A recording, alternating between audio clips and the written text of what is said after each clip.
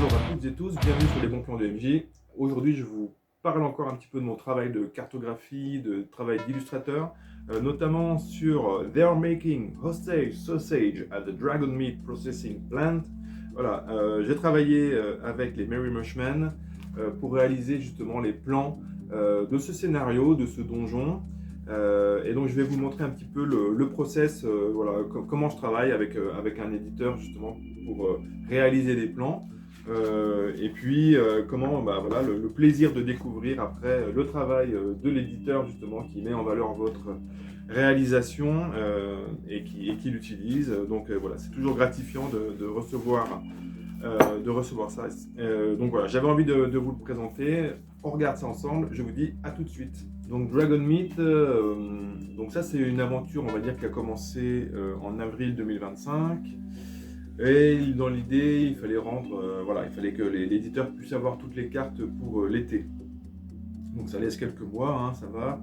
Il y avait quand même 2 grosses cartes à réaliser, mais bon, je pense que c'était tout à fait faisable. Donc il y a plusieurs étapes hein, dans une relation comme ça avec l'éditeur. Donc déjà c'est l'envoi que l'éditeur vous envoie le matériel que vous avez pour imaginer la carte. Donc souvent il y a de la lecture évidemment, il y a déjà des textes qu'il va vous envoyer qui vont décrire le bâtiment.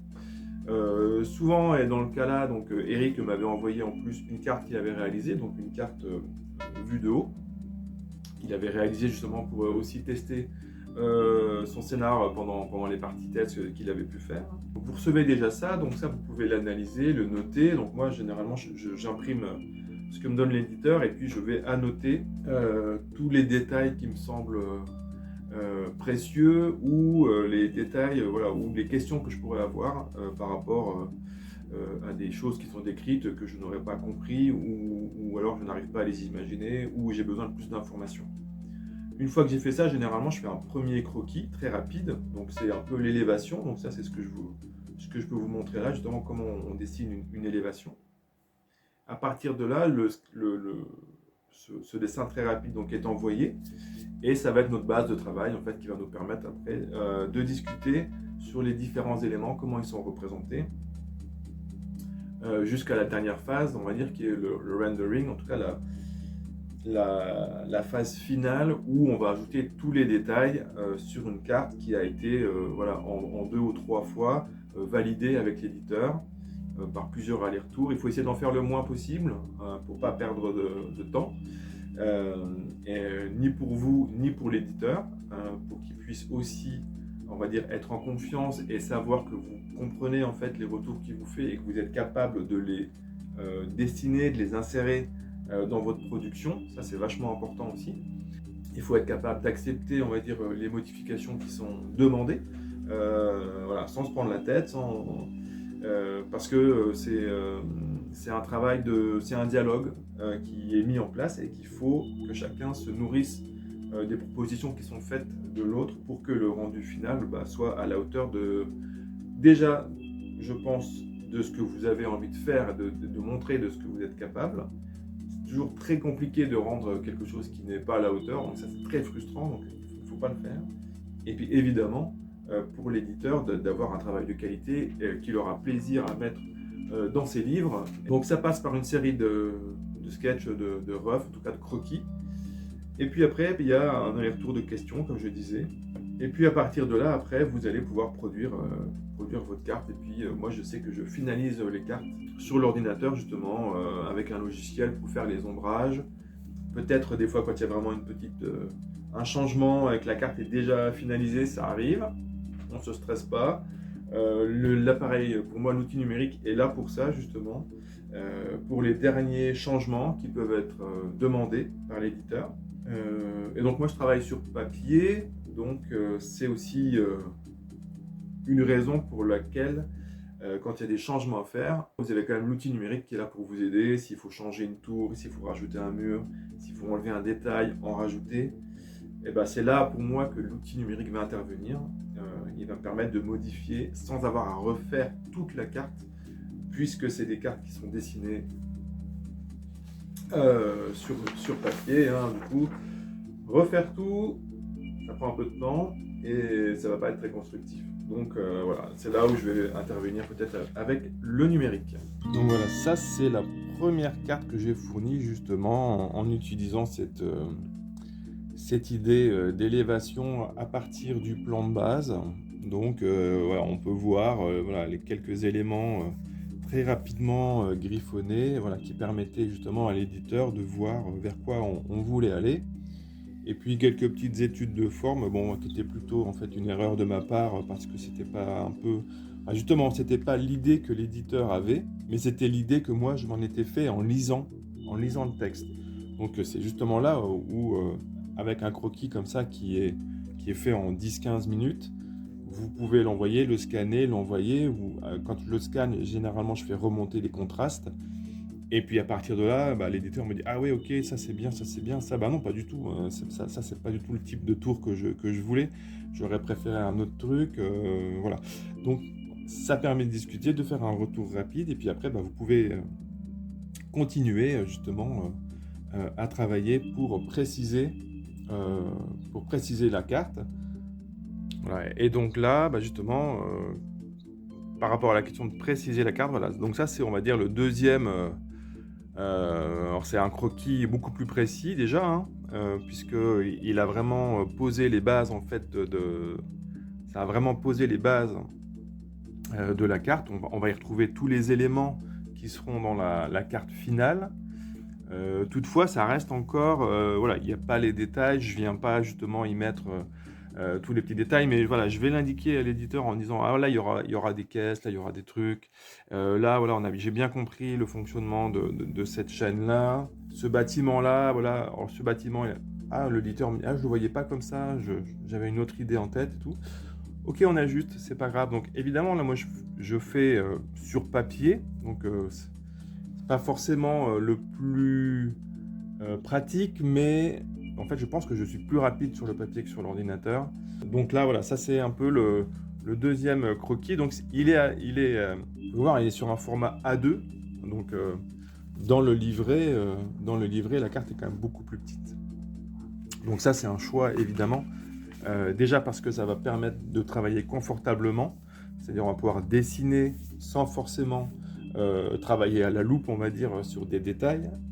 Et puis on va pouvoir mettre plus de détails. Et du coup, quand ça va être réduit sur le livret final, bah, ça donne quelque chose quand même de plutôt sympa, je pense, en termes de détails, en termes même de lisibilité.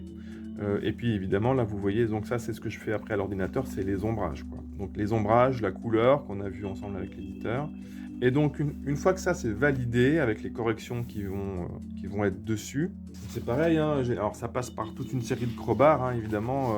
Pour moi c'est hyper important de pouvoir, donc souvent peut-être après je fais aussi des réductions. Donc là c'était à partir d'une carte que j'avais réduit en photocopie, en la scannant, en la photocopiant. J'avais utilisé un calque justement pour pouvoir dessiner les toitures. Donc je reviens sur ma carte que je retravaille. Vous voyez, hein, ça se met dessus.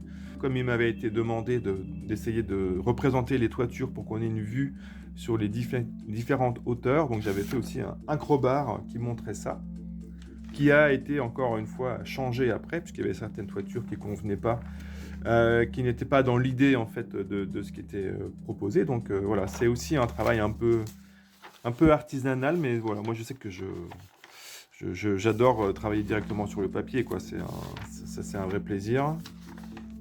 J'arrive à avoir un trait, je trouve, beaucoup plus vivant, beaucoup plus vif que sur l'ordinateur.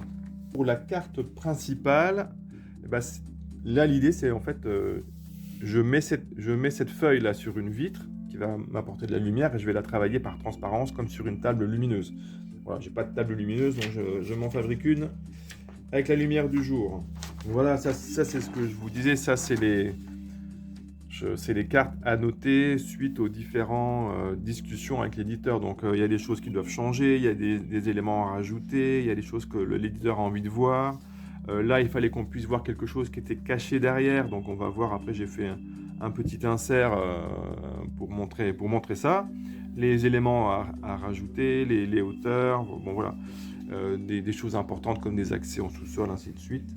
Donc c'est aussi, voilà, moi j'aime beaucoup travailler directement, annoter sur mes cartes pour pouvoir après produire la dernière version. Après la dernière version, du coup, c'est pas plus compliqué que ça dans le sens où en fait tout est posé, les bases sont posées. Et du coup, il vous suffit, entre guillemets, voilà, de passer un peu de temps sur les détails, ce qui est justement plutôt amusant, hein. Une fois que vous avez réalisé, voilà, là, il n'y a plus vraiment besoin de réfléchir, on va dire, par rapport aux perspectives, par rapport à la constitution des éléments, ou qu'est-ce qui est en premier plan, deuxième plan, vous avez déjà tout construit avant, donc là c'est du dessin, en fait, sur une cartographie comme ça, voilà, et donc c'est du dessin des détails, et là vous vous amusez justement par rapport au scénario, à imaginer en fait ce qui va se passer. Et puis après, une fois que ça c'est réalisé, eh bien vous allez juste passer sur votre ordi pour pouvoir réaliser. Alors on pourrait en plus le faire. Ça je le fais pas quand même, mais c'est vrai que c'est quelque chose que j'aimerais bien, hein, c'est-à-dire réaliser les ombrages, pourquoi pas au feutre ou avec un lavis, quelque chose comme ça. Pour l'instant, je le fais quand même au numérique, ça. Mais ça pourrait être quelque chose qu'on pourrait aussi faire. Voilà. Donc voilà, c'était l'idée de vous présenter un petit peu rapidement le travail que je fais sur des cartographies, là comme avec les Merry Mushmen, qui était un travail super intéressant à faire, avec un scénario qui est plutôt drôle et plutôt, enfin, très bien ficelé, très bien décrit. Donc il m'avait fourni quand même pas mal de textes à lire aussi avant, hein, pour pouvoir se plonger un petit peu dedans, donc ça prend un peu de temps. Mais voilà, c'est hyper gratifiant de voir quand même son travail après qui est mis en page justement, en plus de façon plutôt élégante, qui est mis en page. Voilà. Donc j'avais réalisé cette carte, et puis il y a évidemment la carte les sous-sols de ce donjon, et puis une petite carte pour la ville aussi, qui est beaucoup plus simple, hein, voilà, qui était simplement reprise sur ce que m'avait fourni Eric, donc avec des éléments, notamment voilà, des petits éléments cartographiques comme les châteaux, le palais, le temple, ainsi de suite, donc des choses tout à fait classiques pour de la fantasy. Voilà, mais en tout cas c'est vraiment bien J'aime beaucoup cette idée là de retrouver sur les couvertures tous les plans, donc que ce soit les toitures, la partie principale, les sous-sols, certains détails. Hop, vous refermez, là vous avez la présentation, l'entrée de la ville et la présentation de la ville. Ça marche bien, hein, c'est plutôt bien fait. C'était vraiment très agréable de bosser avec eux. Donc, pour faire la projection, en fait, voilà, pour passer à la 3D, ce qu'on va faire très simplement, alors, ce qu'on peut déjà voir, c'est comment on va tracer nos points de fuite, entre guillemets. C'est-à-dire, moi, ce que j'aime bien, c'est donner un petit peu de dynamisme en ne faisant pas que des traits verticaux parallèles, mais en créant une perspective, c'est-à-dire en allant chercher un petit peu des perspectives obliques comme ça, qui vont donner de l'ouverture au bâtiment. Donc par exemple, je fais mes élévations. Donc on sait que le milieu, on aura une verticale qui sera bien droite. Et puis sur les côtés, on va avoir justement, la perspective va être un peu plus oblique. On va avoir quelque chose qui va être un petit peu plus penché sur les côtés. Donc je commence par cette première tour. Donc voilà, je dessine très vite. Voilà. Je prends les bases en fait, ici, et je fais que simplement tirer les traits vers le haut. Et donc là, il faut imaginer où ça passe derrière. La tour ici, pareil. Donc cette tour-là, elle va être comme ça, elle va commencer à se rapprocher de la verticale. Plus on va par là-bas, vers le centre, plus ça sera vertical, et plus on part par la droite, plus ça sera penché vers la droite. Donc je dessine ma tour, c'est pareil, hein, je reprends le carré qui se trouve en dessous, je le projette en hauteur. Donc la hauteur, là, c'est vous qui décidez par rapport au texte, évidemment. Cette tour ici, qui était assez grande, voilà, je vais la projeter aussi, je vais retracer le même cercle au-dessus. Voilà, pour avoir une vue en perspective, hein. Et puis, je trace mes murs. Donc là, on pourrait imaginer, par exemple, qu'il pourrait y avoir tout à fait une série, voilà, de créneaux. Et je continue à tirer mes éléments. Alors, c'est plus facile de commencer par ce qui se trouve derrière, on va dire. Parce que plus on va aller à l'avant, évidemment, il y a des moments, ça va être caché par ce qui se trouve devant. Donc ça, c'est vraiment tout pas dire la difficulté, mais en tout cas, c'est là où il faut après trouver les bons angles, placer les éléments au bon endroit pour permettre quand même de voir voilà, au travers des murs. Donc des fois, c'est pour ça qu'on fait aussi on fait aussi des écorchés, hein, c'est-à-dire qu'on enlève une partie du mur pour voir ce qui se trouve derrière. Donc là, vous avez votre élévation. Donc on peut après, voilà, on peut repasser vous pouvez repasser en noir pour voir un petit peu mieux, justement. Et du coup, là, vous allez effacer, entre guillemets, les traits qui n'ont plus lieu d'être, hein, c'est vos traits de construction. Voilà. Donc, voilà. Alors, on sait en plus que le bâtiment, il est un peu surélevé, donc peut-être qu'il y a aussi un peu de la roche, là, comme ça. Il ne faut pas avoir peur de se planter. C'est un croquis, donc vous avez le droit de vous tromper. Ça n'a aucune importance. Donc ça, c'est voilà, le croquis de base qu'on fournit à l'éditeur, généralement. Hop. Alors évidemment, l'éditeur, souvent, il a vu votre travail sur d'autres choses avant qui sont finies et il sait jusqu'où vous pouvez aller en termes de détails, en termes de finition, en termes de qualité du trait, du dessin, ainsi de suite. Donc, petite subtilité par rapport à l'épaisseur du mur. Hein. Voilà, il peut y avoir des petits passages comme ça, des trucs. Bon, voilà. Ça, je rajoute, mais... Et une fois que vous avez ça, bah, vous avez quand même votre dessin en perspective qui est basé sur la forme que vous aviez imaginé ou qu'on vous avait fourni. Merci d'avoir suivi les bons plans du MJ. N'hésitez pas à laisser un commentaire, à mettre un pouce, à poser des questions, à vous abonner si vous ne l'êtes pas encore. Et puis bientôt, je vous présenterai aussi un travail que j'ai fait pour Cubicle 7 pour un supplément qui vient de sortir. À très bientôt et merci encore.